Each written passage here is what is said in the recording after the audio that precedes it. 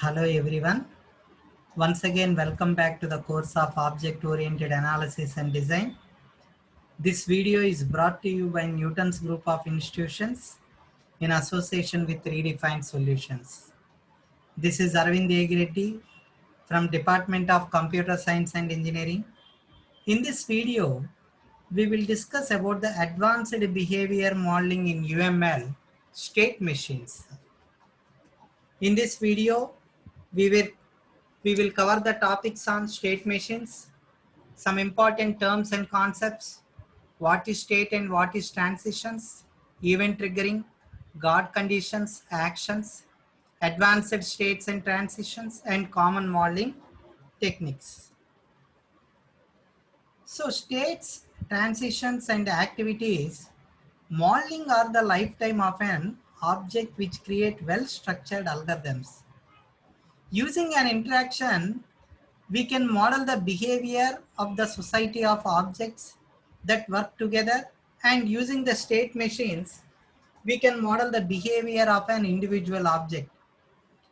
A state machine is a behavior that specifies a sequence of states an object goes through during the lifetime in response to events together with the response to those events.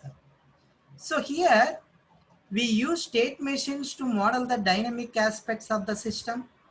For the most part, this involves specifying the lifetime of the instances of a class, a use case, or an entire system. And these instances may respond to such events as signals, operations, or the passing of time. When an event occurs, some effect will take place depending on the current state of the object. So here, an effect is the specification of the behavior execution within a state machine, and these effects ultimately resolve into the execution of actions that change the state of an object on return values. So here, a state of an object is a period of time during which it satisfies some conditions, performs some activities, or waits for some event.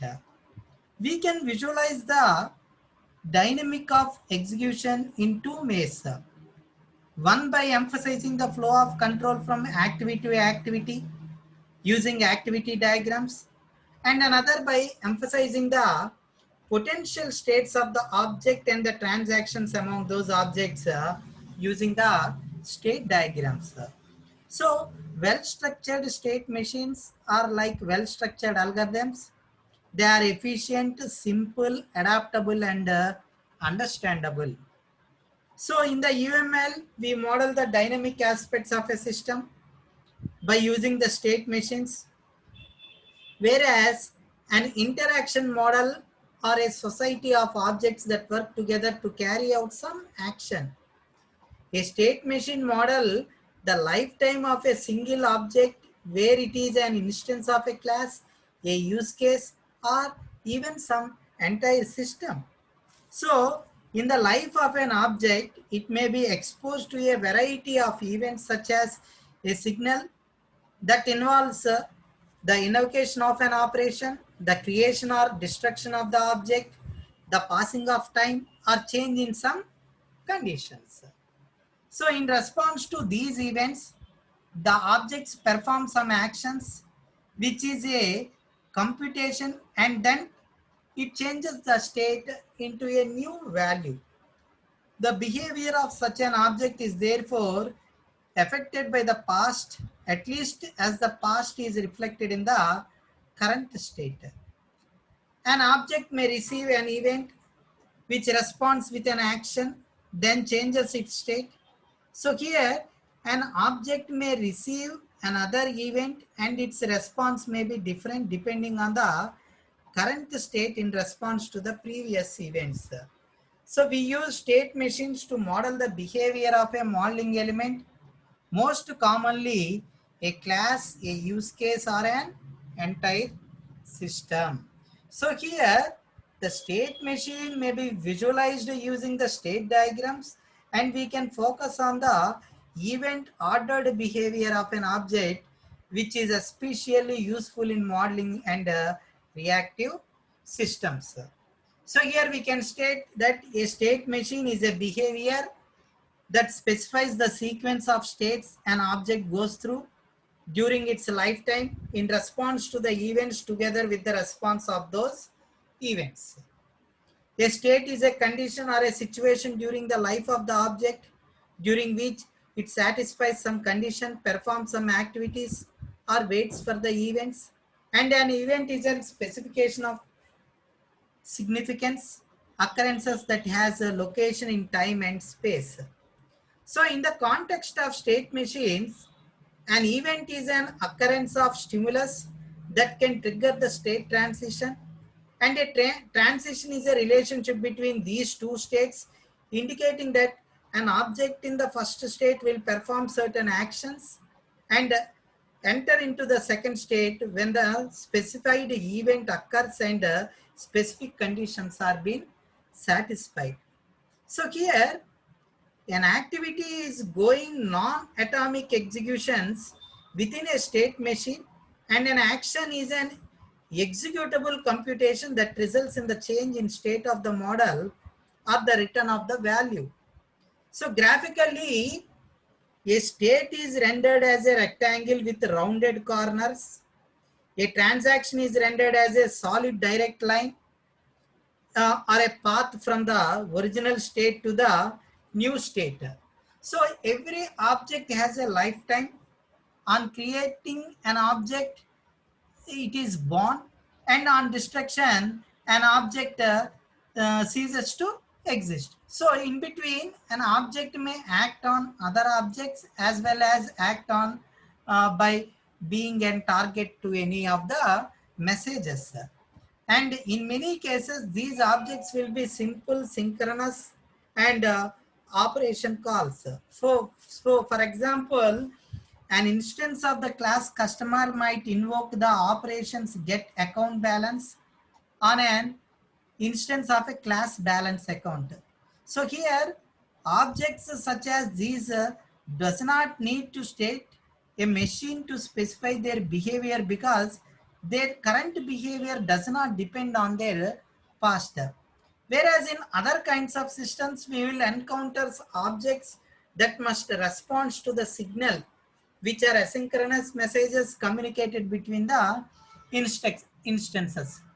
For this, if we take an example of a cellular phone must respond to the random phone calls from other phones, keypad events from the customer initiating a phone call, and to the events from the network when the phone moves from one call to another.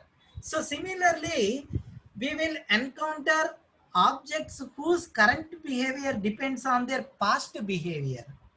For example, the behavior of an air-to-air missile guidance system will depend on its current state, such as not flying. That is, not a good idea to launch a missile while it's attached to an artifact that's still sitting on the ground or searching.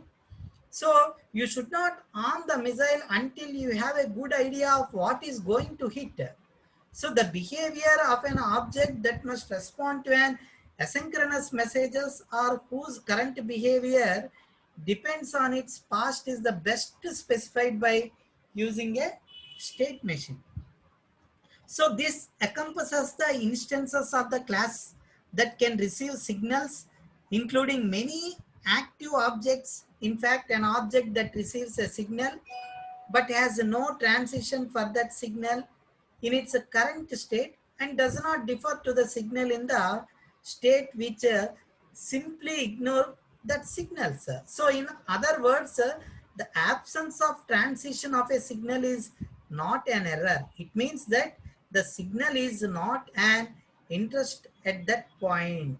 So here we will also use state machines to model the behavior of the entire system, especially reactive systems, which must respond to the signals from actors outside the system.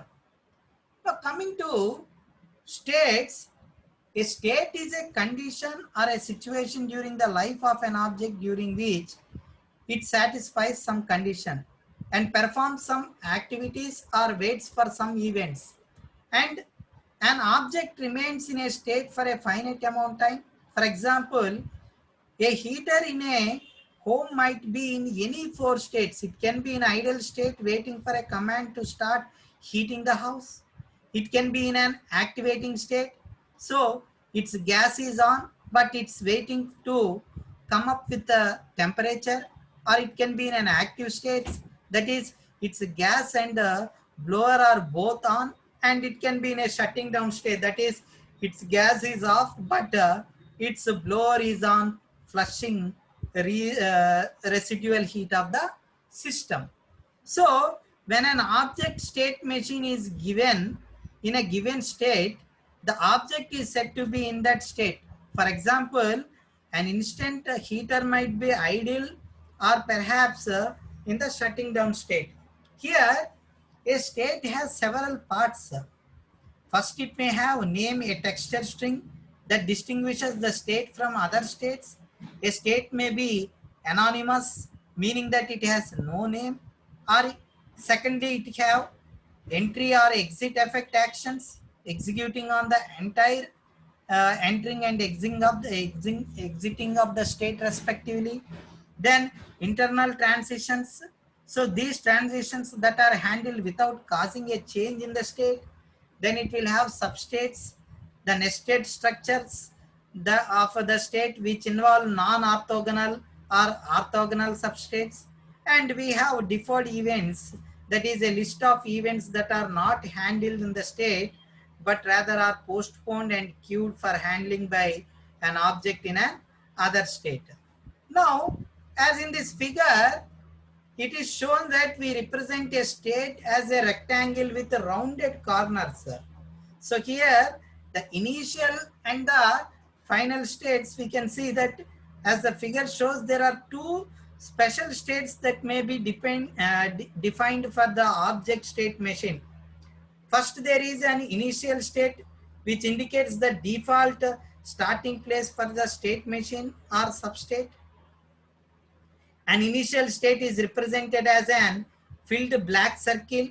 Second, there is a final state which indicates that the execution of the state machine of the enclosing state has been completed. Here you can see that the final state is represented as a filled black circle surrounded by an unfilled circle, that is like bull eye. Now coming to transitions.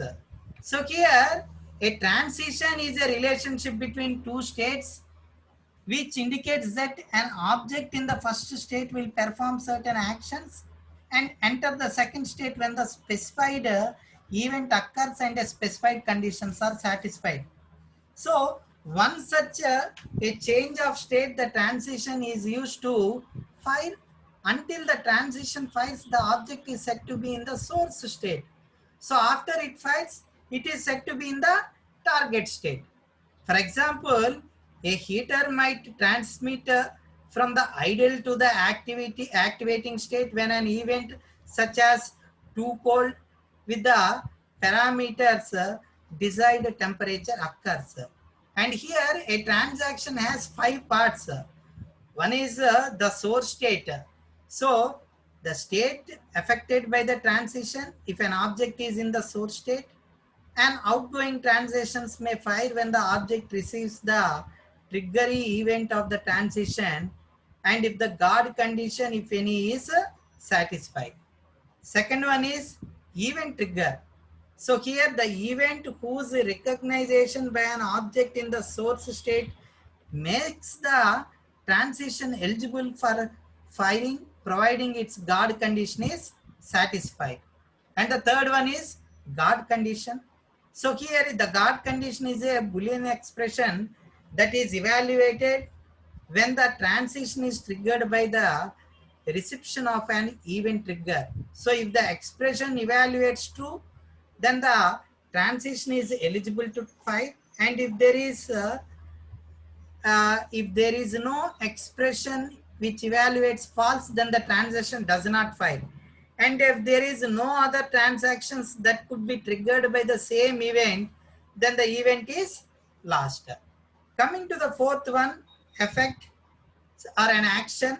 So an executable behavior such as an action that may act on the object that owns the state machine and indirectly on other objects that are visible to the object.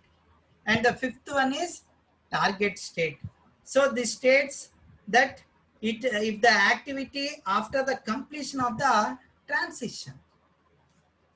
Now, as this figure shows, the transition is rendered as a solid directed line from the source to the target state.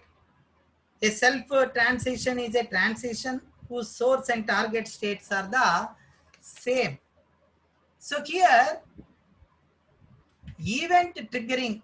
So event triggering, an event is an specification of a significant occurrence that has a location in time and space. So in the context of a state machine, an event is an occurrence of stimulus that can trigger the state transactions. So as shown in this figure, event may include signal calls, the passing of time, or a change in state.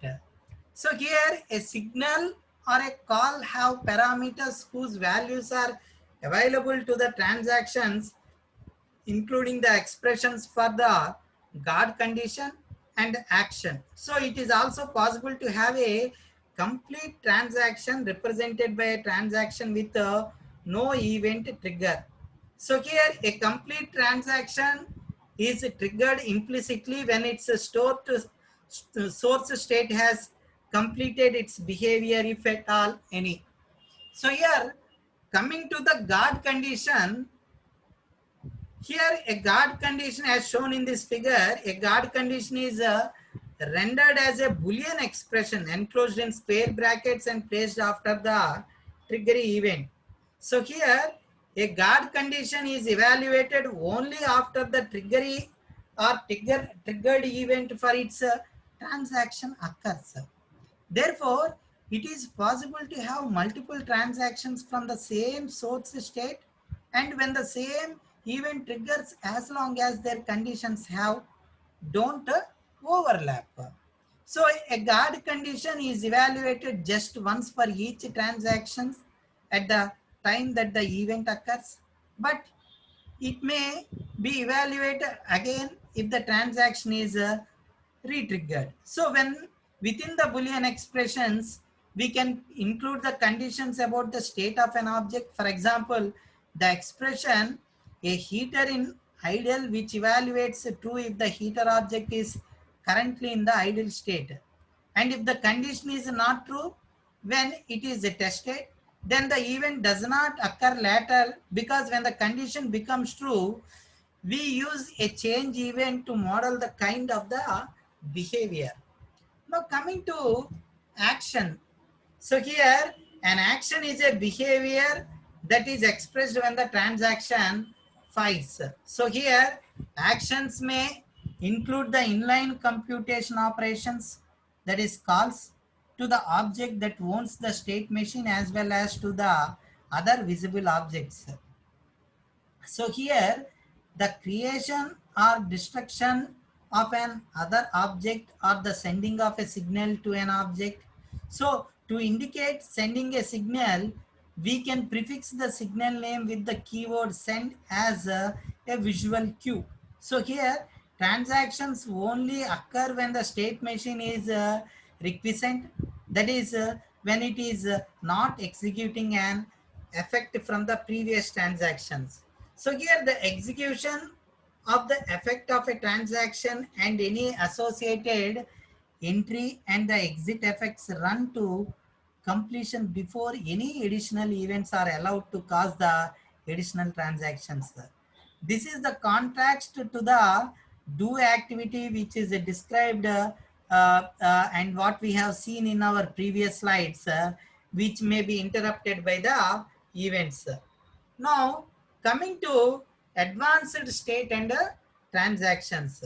So here we can model a wide variety of behavior using only the basic features of state and transactions in the UML. So using these features, we will end up with the flat state machines, which means that our behavioral models will consist of nothing more than arcs, transactions, and vertices. So here, UML state machine, UML state machines have a number of features that help us to manage the complex behavioral models, and these features often reduce the number of states and transactions we will need, and they codify a number of common and somewhat complex algorithms we would otherwise encounter using the flat state machines. So some of these advanced features include entity and exit effects, internal transactions which do activities, and they are deferred events. So these features are shown as a text strings with text components to the state symbols as shown in the figure. So here in this we can see that entry and exit effects, that first one. So here the entry actions are those actions that are to be done upon entry of the state and are shown by the keyword event entry with an appropriate action. And exit actions are those actions that are to be done upon the exit form, a state marked by the keyword event exist together with an appropriate action. And the second one is internal transitions. So here internal transitions are the events that should be handled internally without leaving the state. So here internal transitions may have an events with parameters and guard conditions. And the third one is do activities. So here these activities make use of objects idle time when inside the state. So do transition is used to specify the work that is to be done inside a state after the entire action is dispatched. And the fourth one is a deferred events. So here a deferred event is a list of events whose occurrences in the state is postponed until the state in which the listed events are not defined, which becomes active at which time they occur and may trigger transactions as if they had just occurred. So here the deferred event is specified by listing the events with a special action defer. Now submachines. So here a state machine may be referred with within another state machine. Such a referred state machine is called as an submachine. So they are useful in building large state models in structured manner. So here coming to the substates, these advanced future of states and transactions solve a number of common state machine modeling problems. However, there is one more feature of the UML state machine here substates that does even more to help you simplify the modeling of the complex behavior. So here a substate is a state that is nested inside another one. For example, a heater might be in the heating state, but also while the heating state, there might be a nested state called activating. So in this case, it's proper to say that the object is in both heating and activating state. So a simple state is a state that has no substructure. A state that has substates, that is nested states, called as composite state. And a composite state may contain either concurrent, orthogonal, or sequential substates, that is non-orthogonal states. So here in the UML we render the composite state just as we do in simple state, but with the optional graphics, compartments that show a nested state machine, and these substates may be nested to any level. Now coming to the subsequential substates are non-orthogonal states. So here consider the problem of modeling a behavior of an ATM. So this system might be in one of the three basic states. It can be either in ideal state, waiting for customer interaction, active state, handling the customer transactions, and the third one is maintenance, perhaps having its cash store replenished. You can see clearly in this picture. So while active, the behavior of the ATM follows a simple path. First, what it does, it validates the customer, select a transaction, then process the transaction, then print a receipt. So after printing, the ATM returns to the idle state. We might represent these stages of behavior as state validating, selecting, processing, and printing. You can see all these things in this picture. So it would even be desirable to let the customer select and process the multiple transactions after validating the account and before printing a final receipt. So the problem here is that at any stage in the behavior, the customer might decide to cancel the transaction, returning the ATM to its idle state. So, using flat state machines, we can achieve that effect, but it's quite messy because the customers might cancel the transaction at any point, and we could have to include the suitable transactions from every state in the active sequence. So that's messy because it is easy to forget or to include these transactions in all right places. And many such interrupting events mean to end up with a multitude or transitions zeroing in on the same target state from the various sources. So, but with the same event triggered or guard conditions and actions. So here, using nested substates, there is simpler way to model this problem as uh, that what we can see here in this figure. So here, the activity state has a substructure which contains the substates validating, selecting, processing, and printing. The state of the ATM changes from the idle to the active when the customer enters the credit card in the machine or entering the active state. So the entry action read card is performed starting with the initial state of the substructure, and the control passes to the validating state, then the selecting state, and then to the processing state.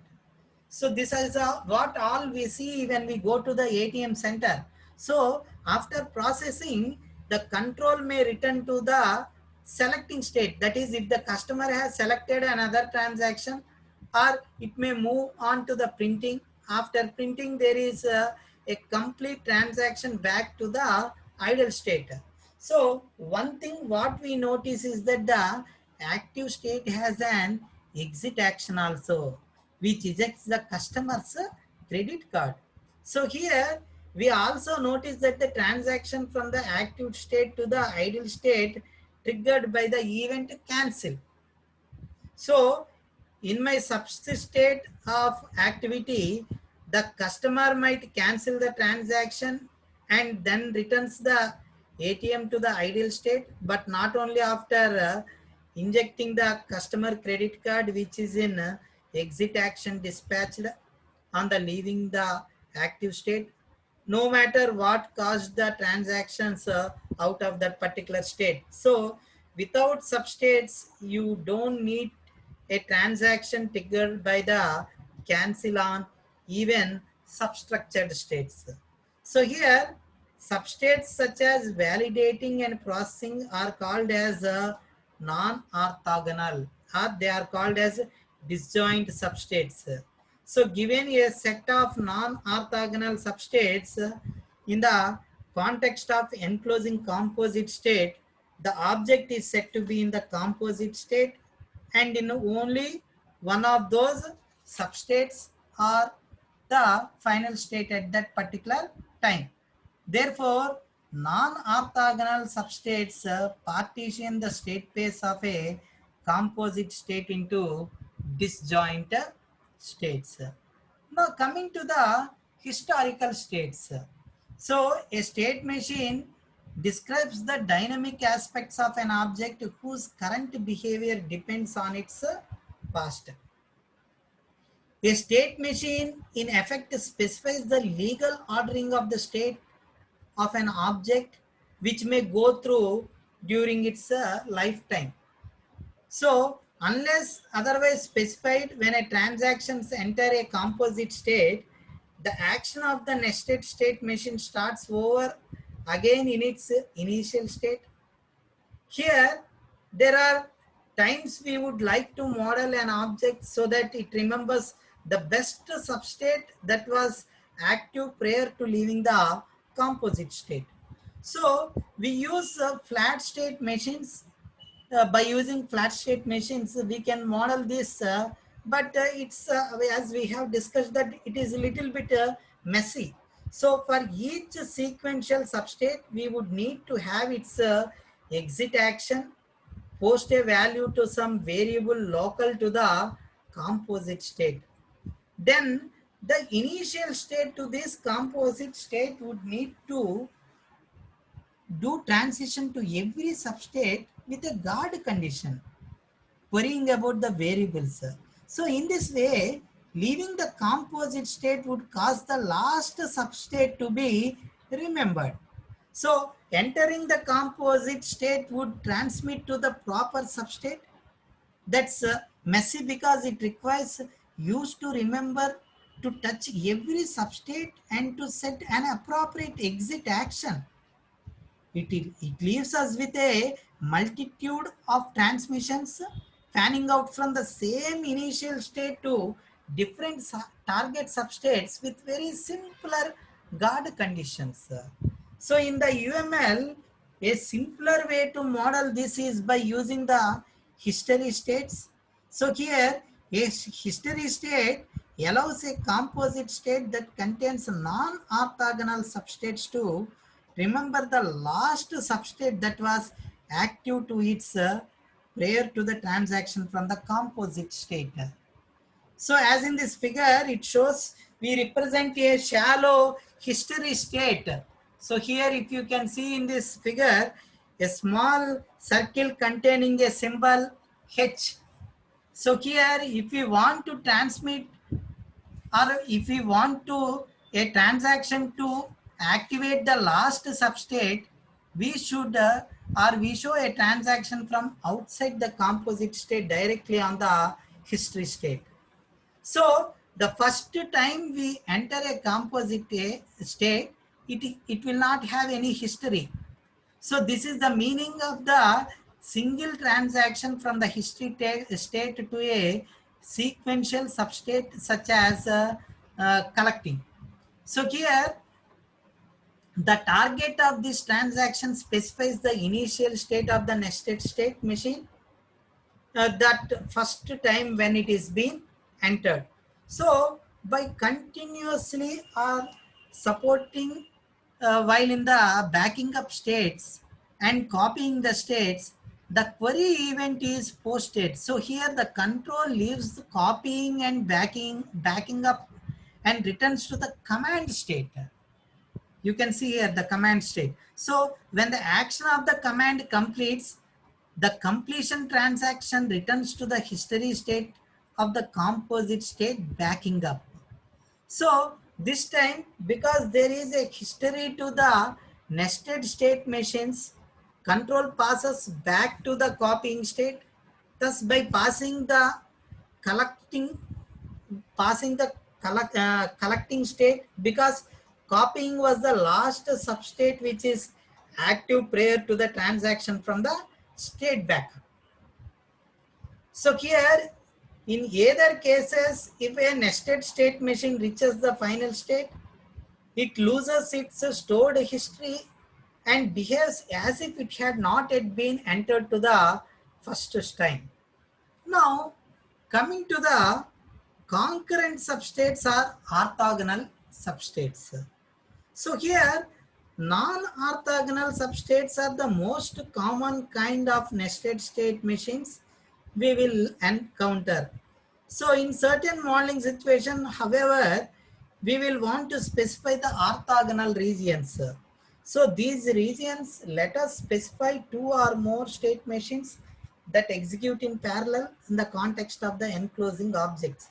For example, in this figure shows an exception of the maintenance state. So from figure it can be clearly seen that the maintenance is decomposed into two orthogonal regions. One is testing and the other one is commanding. So shown by nesting them in the maintenance state but separated them from one another with a dashed lines. So each of these orthogonal regions is further decomposed into substates. So when the control passes from the idle to the maintenance state, then the control then forks to the two concurrent flows. The enclosing object will be in both the testing region and the commanding region. And furthermore, while in the commanding region, the enclosing object will be in the waiting or in the command state. So in this figure, concurrent substates, execution of these two orthogonal regions constitute in parallel. So eventually, each nested state machine reaches its final state. If one orthogonal reaches its final state, therefore the other control in the region waits at its final state. And when both the nested state machines reach their final state, control from the two orthogonal regions join back into one flow. So whenever there is a transaction to a composite state decomposition into orthogonal regions, control forks into as many concurrent flows as there are orthogonal regions. So similarly, whenever there is a transaction from a composite substate decomposes into orthogonal regions, then the control joins back into one flow. So this holds true in all cases. So if all the orthogonal regions reach their final state, or if there is an explicit transaction out of the enclosing composite state, then control joins back into its own flow. Now, let us see some common modeling techniques. So, while modeling the lifetime of an object, to model the lifetime of an object, we need to set the context for the state machine, whether it is a class, a use case, or a system as a whole. So if the context is a class or a use case, then we need to collect the neighboring classes, including any parents of the class and any classes that are reachable by associations and dependencies. So these neighbors are candidates targeted for the actions and are candidates for including in guard conditions. If the context is the system as a whole, then we need to narrow our focus to one behavior of the system. So theoretically, every object in the system may be a participant in the model of the system's lifetime, and expect for the most trivial systems like a complete model would be interactable. Now, then we need to establish the initial and final states of the project to guide the rest of our model, possibly the state, the pre and post conditions of the initial and final states respectively. Then we need to decide on the events to which these objects may respond. If already specified, we would find these in the objects interfaces. If not already specified, we will have to consider which objects may interact with the objects in our context and then which events they may possibly dispatch. So starting from the initial state to the final state, we need to lay out the top level states the objects may be in and connect these states with the transactions triggered by the appropriate events, then continue by adding actions to these transactions. Then we need to identify any entry to the exit actions, especially if we find that the iodium they cover is used in the state machine. Then we need to expand these states as necessary by using the substates. So then we need to check all events mentioned in the state machine. Then we need to match the events expected by the interface of the object. Then we need to similarly check that all the events expected by the interface of the object are handled by the state machine. Then finally we need to look to places where our explicitly want to ignore the events. Then we need to check that all actions mentioned in the state machines are sustained by the relationships, methods, and operations of the enclosing object. We need to trace throughout the state machine either manually or by using the tools to check it against expected sequence of events and their responses. So be especially diligent in looking for unreachable states and states in which the machine may get stuck. Then after we need to rearrange our state machine, check it against the expected sequences again to ensure that we have not changed the object semantics. So for example, this figure shows the state machine for the controller in a human security system, which is responsible for monitoring the various sensors around the perimeters of the house. So in this figure of modeling the lifetime of an object, if the lifetime of this controller class, there are four main states: initialization, the controller in the starting up state; idle, where the controller is ready and waiting for alarms or commands for the user; and the third, command state. So here the controller is processing commands from the users, and fourth one, active state. Here the controller is processing an alarm condition. So when the controller object is first created, it moves first to the initialization state and then unconditionally to the ideal state.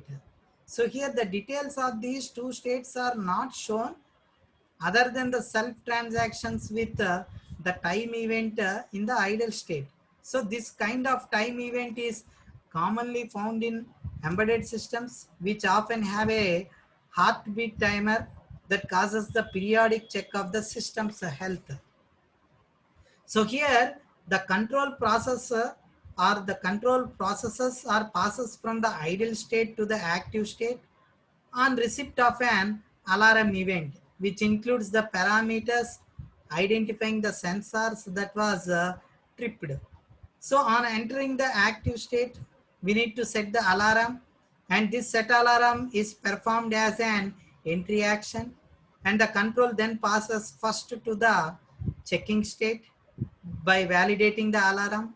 Then the calling state calls the alarm company to register the alarm. And finally, to the waiting state, the active and waiting states are exited only upon clearing the alarm or by using the signals that control for attention. So to issue a command. So notice that there is no final state here, that too in which is common in embedded systems which are intended to run them indefinitely. So thank you all. If you like this video, please subscribe to my channel and press the bell icon for the latest notifications. Thank you all.